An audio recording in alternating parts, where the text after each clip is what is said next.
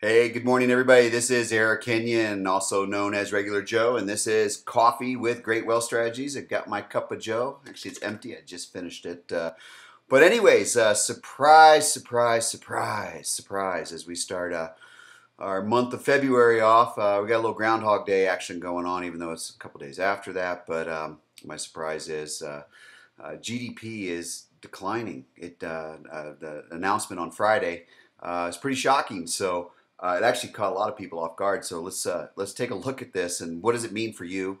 What does it mean for me specifically? And what am I going to be looking at to try and address some of these issues? So U.S. GDP declines by 0.1% at the end of 2012. These are revised numbers.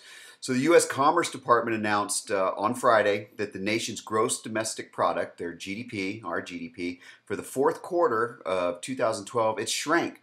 It fell by 0.1%.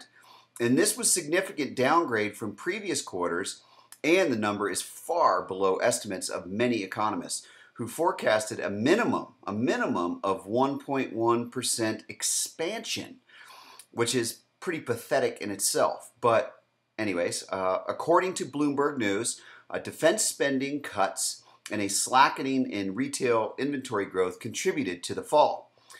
Government expenditures slid by approximately 1.33% during the fourth quarter, accounting for the majority of the decline. So actually, that's I consider that a good news.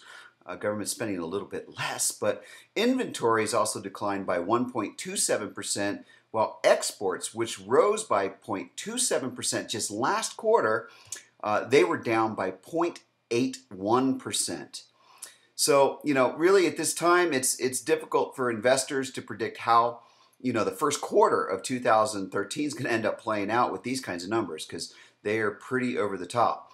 The expiration of the payroll tax holiday as part of the fiscal cliff deal and the anticipated cuts from sequestration could provide additional drag on the economy. It's not could, but I would say probably would and will, but potentially sowing the seeds for a brief recession or, you got to have two quarters like this in a row with negative GDP or shrinking GDP. We are in another recession. So I can't wait to see what happens here. But so, I'd like to encourage you all for more updates on the U.S. economy, global finance, and other topics important to investors and people like me. Stay with us at Great Wealth Strategies. Check out our blog.